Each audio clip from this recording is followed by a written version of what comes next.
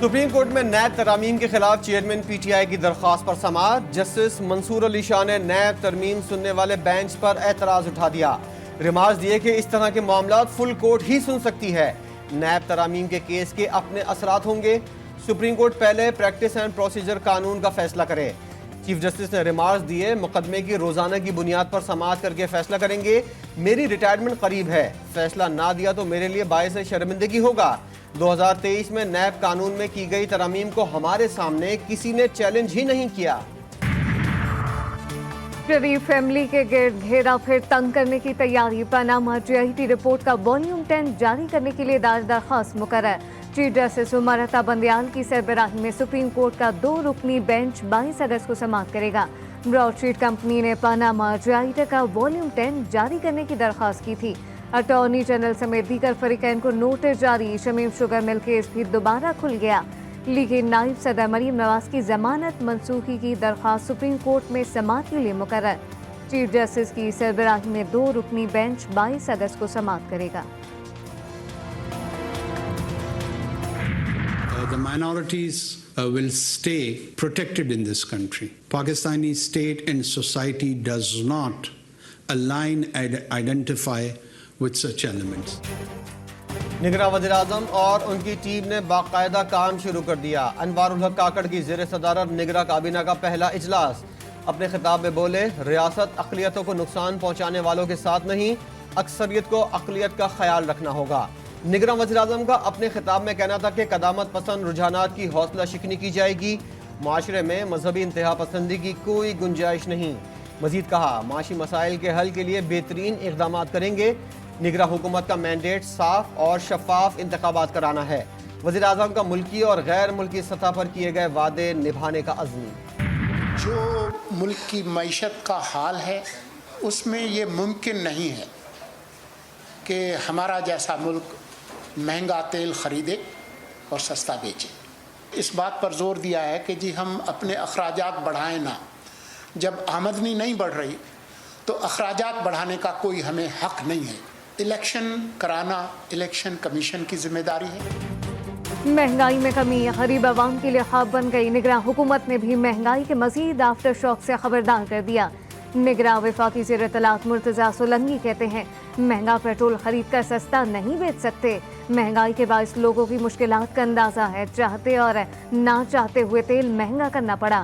آمدنی نہیں بڑھ رہی تو اخراجات بھی نہیں بڑھائیں گے۔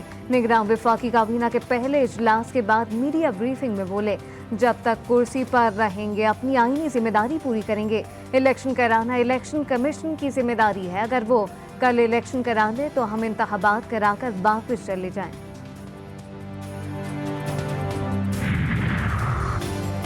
نگراں وزیر خارجہ جلیل عباس جیلانی نے چارج سنبھال لیا۔ جلیل عباس جیلانی کی دفتر خارجہ آمد، اسٹاف سے ملاقات، دیگر وزراء نے بھی اپنی وزارتوں کا چارج سنبھال لیا۔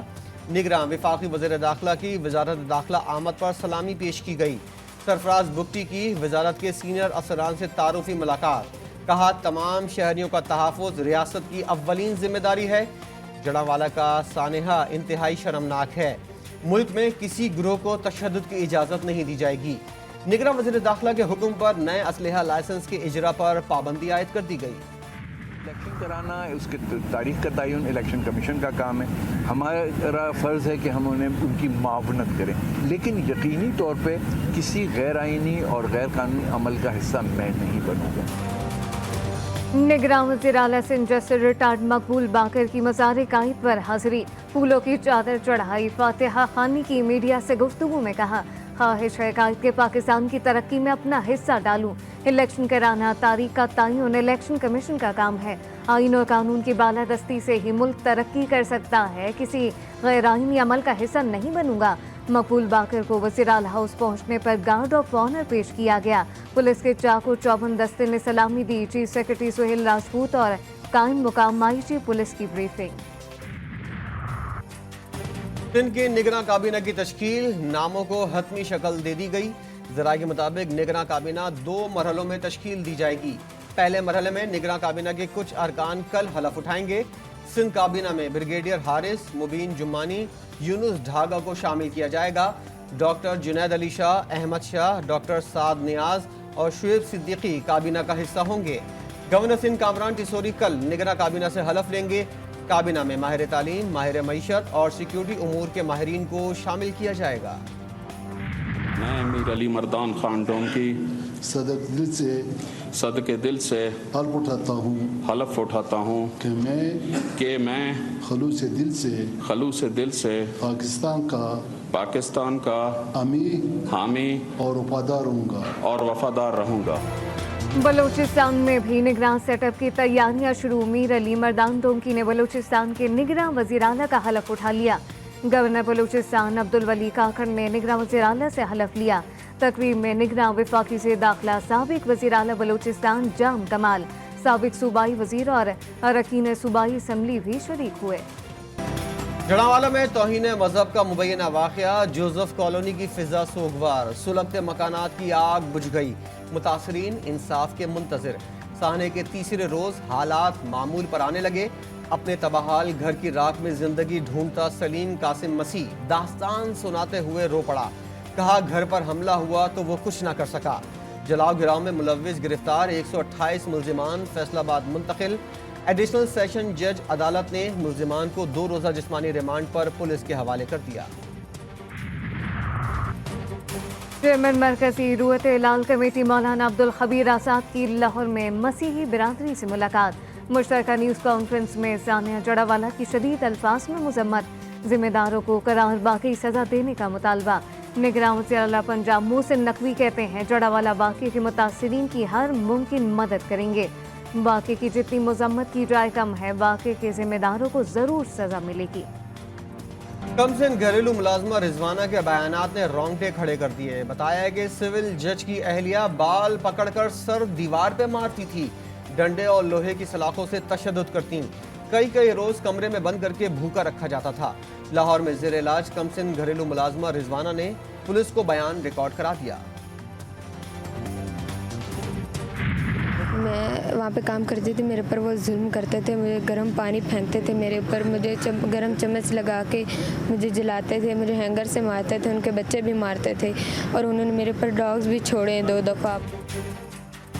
اسلام آباد جی سیکٹر کی 13 سالہ ملازمہ اندلیب کا بھی درد بھرا بیان سامنے آ گیا۔